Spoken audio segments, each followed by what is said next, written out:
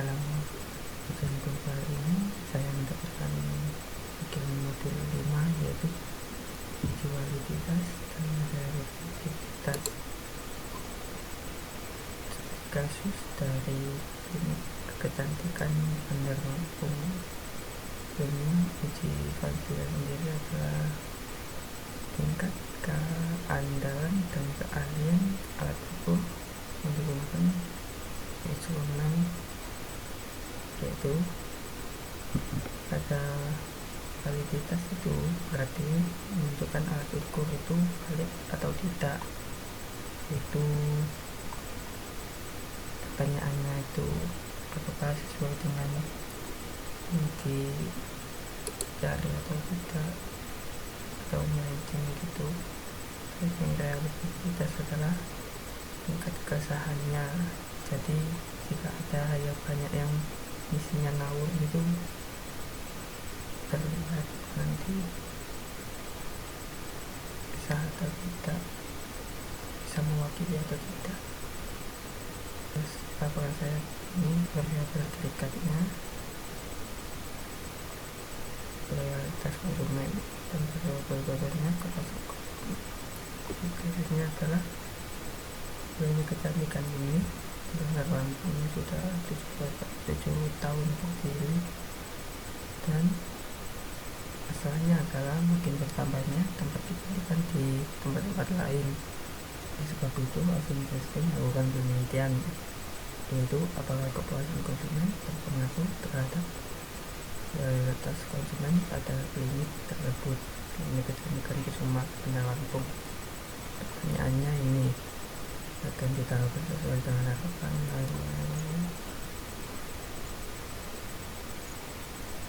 dan kalau 1 sama dengan tidak puas, 2 yang puas, 3 biasa, netral, 4 pas, 5 sangat puas.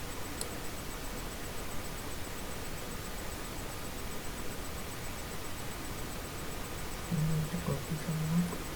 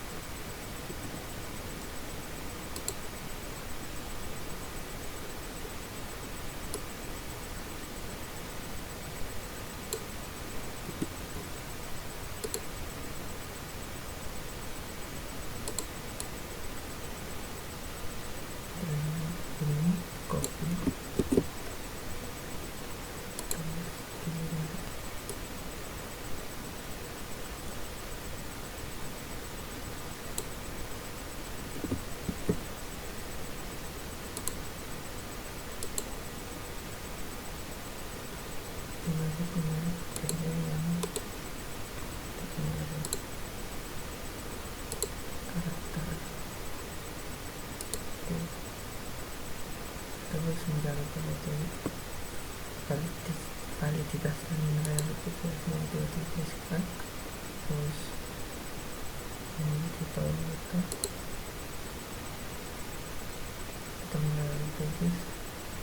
reliability analysis.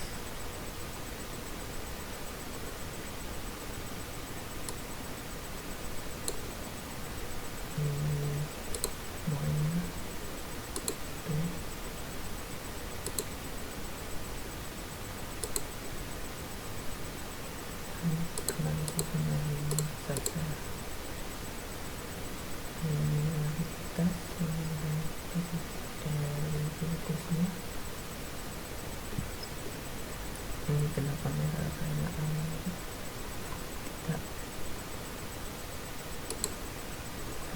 aman itu tidak valid, karena aman nilai hasilnya atau itu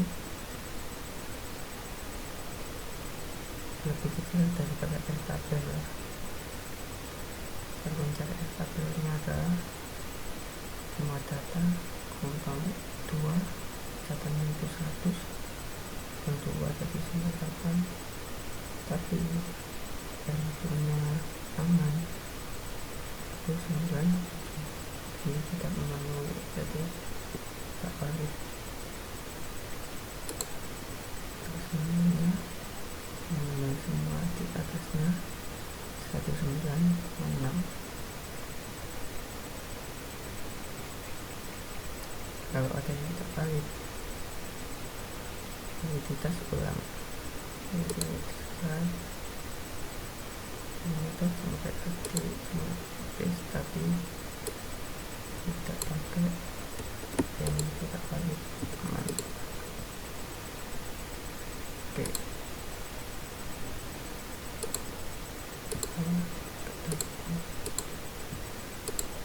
Dan semuanya di atas 0,1966, semuanya valid. Jadi kesimpulannya untuk uji validitas yang tidak valid cuma aman, yaitu R-nya lebih kecil dari R1 0,1907, tabelnya 0,1966. Yang lainnya R-nya di atas tabel, itu di atas 0,966. Dan uji pada reliabilitasnya, hasil analisis menggunakan dari alfanya besar 0,91, maka menunjukkan data kemudian variabel kalau dapat dipercaya. Karena ada yang tidak valid, dilakukanlah uji validitas ulang. Nanti uji validitas ulang tidak ada yang di bawah tabel, jadi sudah valid semua. Sekian, terima kasih. Assalamualaikum warahmatullahi wabarakatuh. Saya Fauji Dwi Satrio, MPM 157 dari Teknik Industri UPN Veteran Jawa Timur. Di sini saya akan mempresentasikan modul 6, yaitu tentang analisis klaster. Tujuan praktikum: 1. Mengelompokkan objek-objek berdasarkan kesamaan karakteristik di antara objek-objek tertentu. Yang kedua, melakukan proses segmentasi responden kuesioner berdasarkan ciri-ciri sejumlah atribut. Pengertian analisis klaster. Analisis klaster adalah mengelompokkan objek berdasarkan kesamaan karakteristik di antara objek-objek tersebut. Analisis klaster mengklasifikasikan objek sehingga setiap objek yang memiliki sifat yang mirip atau paling dekat kesamaannya akan mengelompokkan ke dalam satu klaster atau kelompok yang sama. Kriteria klaster, yaitu ada homogenitas. Homogenitas adalah kesamaan yang tinggi antar anggota dalam satu klaster atau within klaster. Yang kedua, heterogenitas. Heterogenitas adalah perbedaan yang tinggi antar klaster yang satu dengan klaster yang lainnya atau between klaster. Klaster. Yang pertama ada hierarchical cluster, yaitu menggunakan metode hierarkis. Biasanya digunakan jumlah sampel yang relatif sedikit. Alat yang membantu untuk memperjelas proses hierarki ini disebut dendrogram. Yang kedua, K-means cluster. Metode ini yang digunakan untuk data yang banyak, yaitu data sampel di atas 200. Tahapan analisis cluster. Yang pertama, menentukan variabel analisis cluster. Variabel yang dipilih haruslah bersifat rasional. Yang kedua, memilih desain analisis cluster. Dalam tahapan ini harus ada pengukuran kesamaan yang tepat dan standarisasi observasi. Yang ketiga, asumsi-asumsi analisis cluster. Asumsi normalitas, linearitas, dan homogenitas sangatlah penting pada tahap asumsi cluster. Yang keempat, pembentukan cluster. Langkah ini menggunakan metode hierarki. Yang kelima, implementasi cluster. Proses untuk mengetahui karakteristik dari masing-masing cluster dalam memberi nama atau label yang tepat. Yang keenam, validasi dan profilisasi cluster. Tahapan ini untuk mengecek stabilan hasil analisis cluster yang diperoleh. Aplikasi analisis cluster menggunakan SPSS. SPSS adalah singkatan dari Statistical Package for the Social Science. SPSS yaitu sebuah program aplikasi dengan kemampuan untuk analisis statistik yang cukup tinggi, serta sistem manajemen data pada lingkungan grafis, dengan menggunakan menu-menu deskriptif dan kotak-kotak dialog sehingga sederhana, lebih mudah untuk pengoperasiannya. Beberapa fungsi SPSS yaitu data editor, viewer, data transformation, analisis distribusi, dan lain-lain. Ujian global tentang analisis cluster. Jurnal yang saya pakai yaitu mempunyai studi kasus segmentasi nasabah SIM PDS BRI unit Lempoyangan Yogyakarta. Selanjutnya ada identifikasi variabel, yaitu ada variabel terikat. Variabel terikat adalah variabel yang perubahannya dipengaruhi variabel lain. Dalam hal ini variabel terikatnya adalah nilai skala Likert atau nilai kuesioner. Dan ada variabel bebas. Variabel bebas adalah variabel yang mempengaruhi variabel terikat. Adapun variabel bebas yang berpengaruh dalam hal ini adalah responden. Studi kasus penelitian ini dilakukan untuk mengelompokkan nasabah SIM PDS BRI Lempoyangan menjadi segmen-segmen sehingga mudah diamati menentukan kebijakan atau strategi pasar. Kita ketahui bahwa konsumen atau nasabah BRI Lempoyangan sangat variatif, mengakibatkan kesulitan bagi manajer untuk mengamatinya. Selanjutnya itu atribut yang saya pakai. Yang pertama ada bunga yang diberikan BRI atau X1. Yang kedua kecepatan pelayanan teller atau X2. Yang ketiga keramahan pelayanan teller atau X3. Yang keempat ada pelayanan Sapam atau X4. Yang kelima kecepatan pelayanan informasi atau X5. Yang keenam keramahan pelayanan informasi atau X6. Yang ketujuh ada keluasan area parkir atau X7. Yang ke-8 ada keamanan area parkir atau X8. Yang ke-9 ada kesejukan AC di BRI atau X9. Yang ke-10 ada kenyamanan ruang tunggu atau X10. Yang ke-11 ada kerapihan dan kebersihan X11 atau X11. Yang ke-12 waktu tunggu antrian di kantor BRI atau X12. Yang ke-13 potongan atau biaya transaksi atau X13. Yang ke-14 promosi atau brosur undian atau spanduk dan lain-lain, yaitu X14. Yang ke-15 ada nada panggilan pelayanan atau antrian atau X15. Yang ke-16 penyelesaian permasalahan konsumen atau komplain atau X16. Yang ke-17 bagaimana citra Bank BRI di mata masyarakat atau X17. Skalanya yaitu adalah 1 sangat tidak puas, 2 tidak puas, 3 netral, 4 puas, 5 atau sangat puas. Pertanyaannya, yang pertama adalah lakukan analisis output yang ada di BRI Lempoyangan. Yang kedua, apakah angka tersebut sudah valid dan reliable. Yang ketiga, jika tidak valid dan reliable, apa yang seharusnya dilakukan.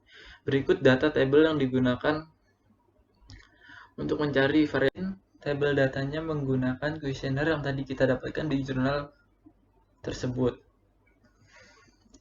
yaitu seperti ini. Habis itu data ini dimasukkan ke aplikasi SPSS. Jadinya seperti ini. Nama dan atribut-atribut yang lainnya. Untuk nama memakai type string dan untuk atribut memakai numerik. Untuk desimalnya semuanya 0. Untuk measure untuk nama nominal, sedangkan atribut semuanya scale. Selanjutnya kita ke data view. Data view tersebut seperti ini. Sama seperti jurnal yang kita dapat.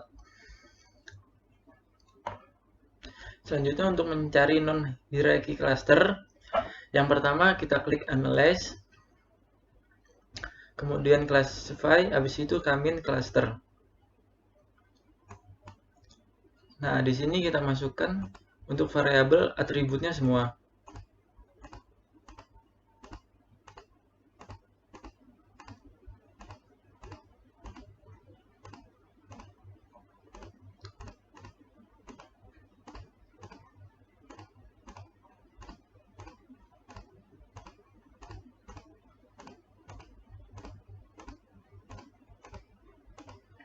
Selanjutnya untuk label case itu masukkan nama. Metodenya iterate and classify. Yang pertama literate, yaitu ini 10 sama optionnya memakai tabel ANOVA. Habis itu save-nya keduanya dicentang. Setelah itu muncullah tabel-tabel berikut ini. Setelah itu kita masukkan ke laporan. Yang pertama ada initial cluster center. Tabel di atas merupakan tampilan yang pertama, sehingga proses clustering data sebelum dilakukan iterasi. Pada cluster 1, variabel X2, X3, X4, X9, X10, X11, X12, dan X15 bernilai 5. Seperti data ini. Sedangkan pada cluster 2, X2, X5, dan X12 bernilai 1. Sama seperti ini, tinggal dimasukkan saja. Yang kedua ada iteration history. Tabel di atas menunjukkan bahwa proses clustering yang dilakukan melalui 2 tahapan iterasi mendapatkan nilai yang optimum serta jarak minimum antar pusat cluster yang terjadi sebesar 9,539. Dua tahap yaitu ada 2, sedangkan ini iterasinya 9,539. Selanjutnya ada final cluster center.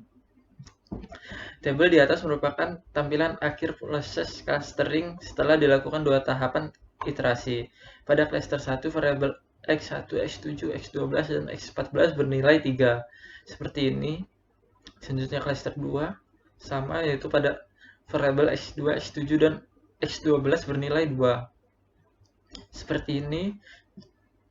Selanjutnya ada tabel ANOVA. Tabel ANOVA di atas variabel yang menunjukkan adanya perbedaan adalah variabel X2. Hal ini ditunjukkan dengan nilai F sama dengan 28,681 dan SIG 0,9000. Sedangkan variabel yang paling menunjukkan adanya persamaan adalah variabel X1, tempat di mana nilai F 1,026 dan SIG 0,316. Kenapa X2? Karena X2 adalah mempunyai F tertinggi di antara X variabel lain, sedangkan X1 adalah mempunyai F terendah di antara atribut yang lain. Selanjutnya ada number of case in S cluster. Pada tabel di atas menunjukkan bahwa cluster 1 beranggotakan 30 responden dan cluster 2 beranggotakan 2 responden. Maka didapatkan semua responden bertotal 50 dengan 0 data yang hilang. Artinya mempunyai 30 pada cluster 1 dan 20 cluster 2 yang berjumlah 50. Setelah mencari non-hierarchy cluster, kita yang kedua adalah mencari hierarchy cluster dengan cara seperti ini.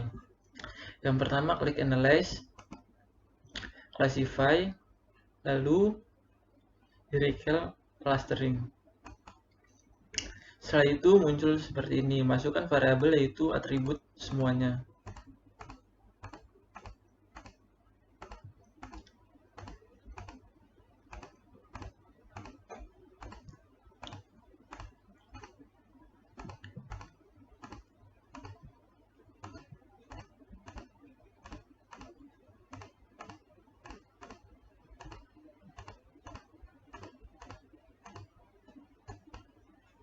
Nah, setelah itu nama dimasukkan ke label case. Untuk ini yang statistiknya seperti ini, Promax diaktifin. Namanya yaitu adalah 2 dan maksimumnya 4. Continue. Setelah itu plot, denogramnya diaktifkan. Metodenya sama. Dan setelah itu di save. Ininya jangan lupa diubah lagi rank of solution-nya. Setelah itu continue dan oke. Lalu muncullah seperti ini. Yang pertama adalah case processing summary. Case processing summary yaitu adalah mempunyai jumlah N 50 yang valid adalah 100%. Tidak ada data yang keluar atau missing karena nilai yang ditunjukkan pada N pada kolom missing adalah 0 dengan presentasi 0%. Maka total jumlah atau case N adalah 50 dengan total presentasi 100%. Yang kedua yaitu adalah tabel nilai proximity matrix. Tabel ini adalah mencari urutan terkecil.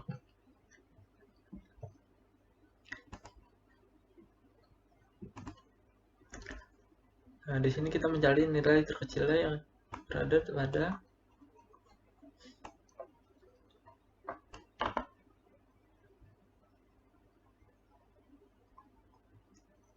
Nah, di sini adalah 32 salsa dan ini koma 2 mempunyai nilai 1,00. Selanjutnya kita masukkan responden dengan nilai Iriden terkecil adalah Sultan 2 dan Salsa 32 dengan nilai koefisien 1,00.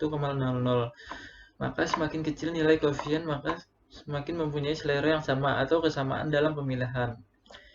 Maka Sultan 2 dan Salsa 32 memiliki persepsi yang sama dalam pengisian kuesioner mengenai sikap konsumen atau nasabah BRI unit lempengan.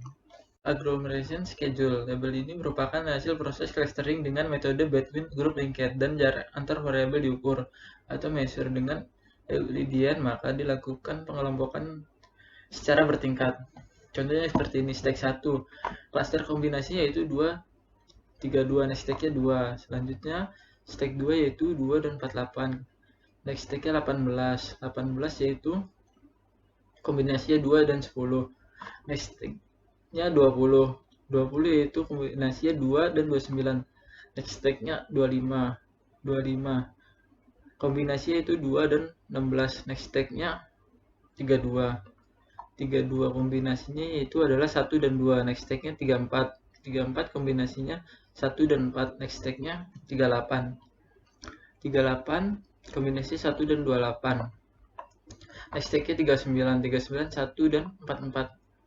Next stack-nya 40 1 dan 30. Next stack-nya 41 kombinasinya 1 dan 5. Next stack-nya 43 kombinasinya 1 dan 3. Next stack-nya 44 kombinasinya 1 dan 9. Next stack-nya 48 1 dan 49. Next stack-nya 49 yaitu kombinasinya 1 dan 6. Next stack-nya 0. Dan sampai sini selesai. Serta semuanya diulangin sampai semua stack itu masuk, seperti pada stack 3, stack 4, stack 5, stack 4, 6, dan 7. Dan seterusnya. Selanjutnya ada tabel cluster membership. Cluster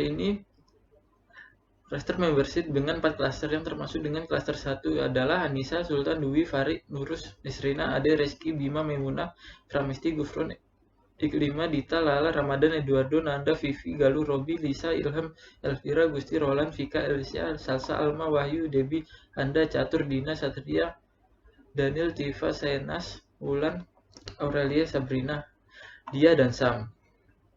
Jadi pada cluster 4 ini yang satunya yang bernilai yang seperti tadi.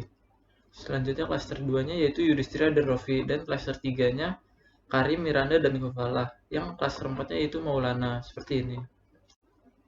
Selanjutnya ada dendrogram. Dendrogram dapat terlihat responden terbagi dari 2 cluster besar, yaitu cluster 1 beranggotakan Sultan sampai dengan Maulana, dan cluster 2 beranggotakan Yudhistira sampai dengan Miranda, dan seterusnya. Yaitu Sultan sampai Maulana sampai sini, sedangkan yaitu yang kedua adalah Yudhistira sampai dengan Miranda.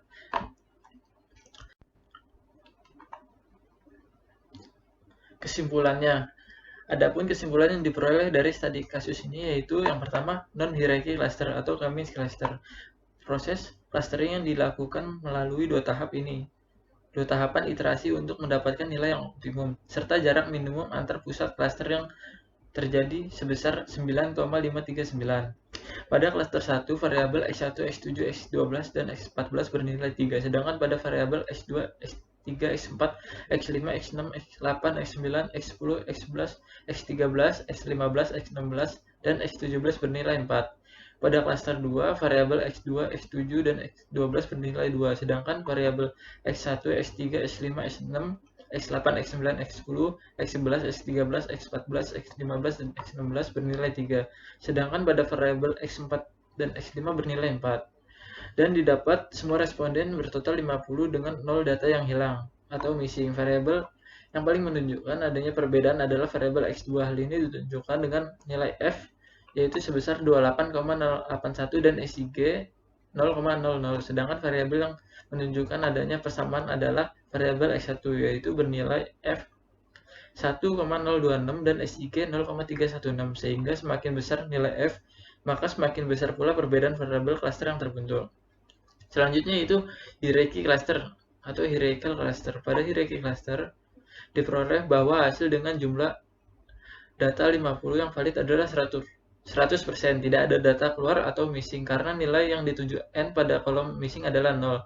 Dengan presentasi 0 maka total jumlah atau cache 0 sebanyak 50 dengan total presentasi 100%. Selanjutnya dengan nilai responden dengan nilai Euclidean terkecil adalah Sultan dan Salsa 32 dengan nilai koefisien 1,0.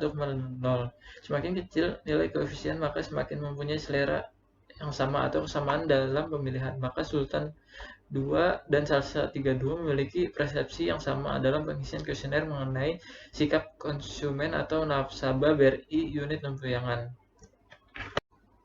Sekian presentasi modul 6 yaitu tentang analisis klaster. Kurang lebihnya mohon maaf. Wassalamualaikum warahmatullahi wabarakatuh.